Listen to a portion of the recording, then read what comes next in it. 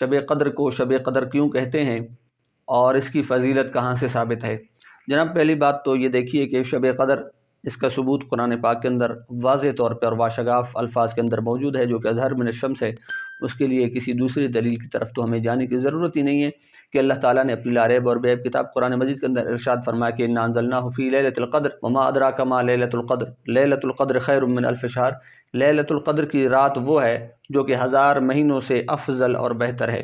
اب 1000 مہینوں کو اگر ہم سالوں کے اندر کاؤنٹ کریں، گنتی کریں، تو یہ تقریباً 83 سال 4 ماہ بنتے ہیں۔ یہ بہت بڑا ایک دورانیہ اور ڈیوریشن ہے۔ اول تو اس زمانے کے اندر پہلے تو اتنی عمریں بہت کم لوگوں کو حاصل ہوتی ہیں، نصیب ہوتی ہیں۔ اللہ پاک نصیب والوں کو اتنی عمر عطا فرماتا ہے۔ پھر چلو بفرض محال کسی کو حاصل ہو بھی گئی، کسی کی اتنی عمر ہے 83 سال 80 سال 90 سال، تو یہ تو یقینی اور بدیہی سی بات ہے کہ کوئی بھی شخص ہو جس کی عمر اتنی طویل ہے، 83 سال ہی کیوں نہ ہو، 90 سال ہی کیوں نہ ہو، 70 سال ہی کیوں نہ ہو، اس نے ساری اپنی زندگی جو ہے وہ اللہ تعالیٰ کی عبادت اور طاعت اور بندگی کے اندر تو نہیں گزاری ہوگی۔ یقیناً اس سے کہیں نہ کہیں کوئی گناہ، کوئی خطا، کوئی لغزش ہو گئی ہوگی۔ ساری زندگی تو اس نے اللہ تعالیٰ کی طاعت اور بندگی کے اندر نہیں گزاری ہوگی، لیکن یہ وہ ایک رات ہے کہ جو بھی خوش نصیب اس رات کو زندہ کرتا ہے، اس رات کو جاگ کر گزارتا ہے، بارگاہ الہی کے اندر اپنی جبین ناز کو جھکاتا ہے، سر بسجود رہتا ہے، اللہ کی بارگاہ کے اندر توبہ تائب رہتا ہے، دعا و استغفار طلب کرتا ہے، تو اس رات کے اندر جو ہے پھر اللہ پاک نے اس کے لیے مجدہ جاں فضا رکھا کہ یہ ایسا ہی ہے گویا کہ اس نے 83 سال 4 ماہ کی عمر کو حاصل کیا اور اس کے اندر صرف طاعت اور عبادت اور بندگی کے اندر گزار دی۔ اور اس کا پھر دوسرا جو رخ ہے وہ بھی دیکھیے کہ خدا نہ خواستہ ویسے تو عام طور پہ روٹین میں جو خطائیں، جو گناہ ہوتے رہتے ہیں، اللہ پاک ان سے بھی ہر مومن مسلمان کو محفوظ رکھے، لیکن اس رات کے اندر اگر کوئی شخص اپنی زندگی کے یہ چند خاص لمحات اور انتہائی اہم لمحات کو اگر خدا نخواستہ گناہ کے اندر اور اسی طرح کوتاہی اور سستی کے اندر اگر گزار دیتا ہے، تو گویا اس نے ایک رات نہیں بلکہ 83 سال وہ گناہوں کے اندر گزارے ہیں، اور 83 سال وہ بندہ جو ہے وہ سوتا رہ گیا، اور 83 سال تک وہ بندہ جو ہے وہ اسی طرح سستی کا شکار رہا ہے۔ اللہ پاک اس سے محفوظ فرمائے۔ بات کر رہے ہیں ہم شب قدر کی فضیلت کے حوالے سے کہ شب قدر کو شب قدر کیوں کہا جاتا ہے۔ اس حوالے سے امام فخر الدین رازی رحمۃ اللہ تعالی علیہ نے تفسیر کبیر کے اندر عمدہ گفتگو ارشاد فرمائی۔ آپ نے فرمایا کہ شب قدر کو شب قدر اس وجہ سے کہا جاتا ہے کہ اللہ تعالیٰ نے اس بابرکت رات کے اندر قدر والی کتاب، قدر والے فرشتے کے ذریعے، قدر والے پیغمبر صلی اللہ تعالیٰ علیہ وآلہ وسلم کے اوپر قدر والی امت کی طرف آپ نے نازل فرمائی،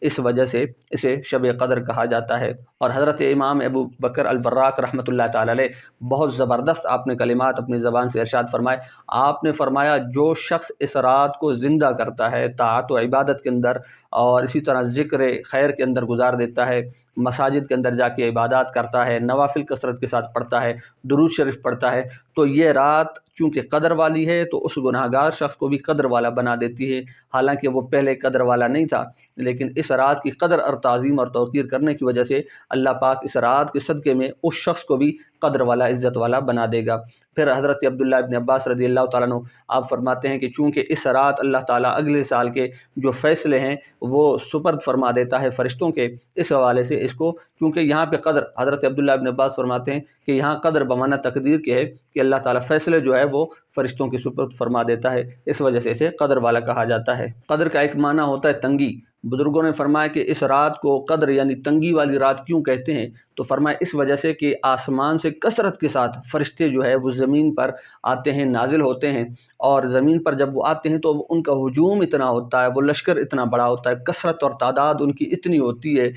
کہ زمین ان کے نازل ہونے کی وجہ سے اتنی تنگ ہو جاتی ہے کہ فرشتوں کو یہاں جگہ تک نہیں ہوتی، اتنی جو ہے ان کی تعداد کثیر ہوتی ہے۔ امام زہری رحمۃ اللہ تعالیٰ علیہ فرماتے ہیں چونکہ یہ رات دیگر سال 12 مہینے جو ہیں ان سے کوئی بھی دن، کوئی بھی رات ایسی نہیں ہے کہ کوئی اس سے افضل ہو، چونکہ یہ عزت و حرمت کے حوالے سے باقی دنوں سے، ایام سے، راتوں سے افضل ہے، اس وجہ سے اس کو شب قدر کہا جاتا ہے۔ پھر میں ایک بات خود سے بھی عرض کروں، یہ بات قابل توجہ ہے کہ اللہ کے محبوب علیہ الصلوۃ والسلام نے فرمایا کہ اس رات کو میں نے تلاش کیا رمضان شریف کے پہلے عشرے میں، کہ میں اعتکاف میں بیٹھا تاکہ اس رات کی تلاش کروں، تو مجھے یہ رات پہلے عشرے میں نہ ملی۔ سرکار علیہ الصلوۃ والسلام نے فرمایا پھر میں نے دوسرے عشرے میں اعتکاف کیا تاکہ اس رات کو میں تلاش کر سکوں کہ یہ رات کب ہے۔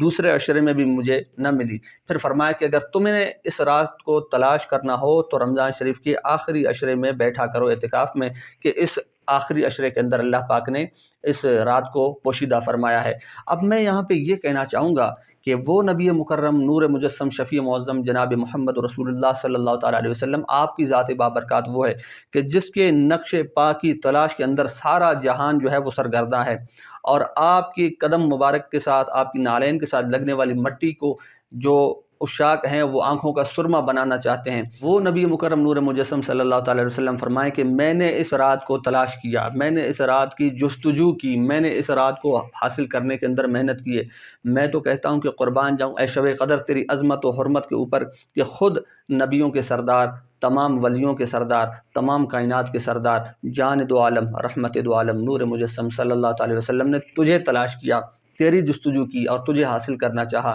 اس سے بڑی فضیلت شب قدر کی کیا ہونی چاہیے۔ اللہ تعالیٰ اس رات ہمیں کثرت کے ساتھ عبادات و طاعات کرنے کی توفیق عطا فرمائے، آمین بجاہ سید المرسلین۔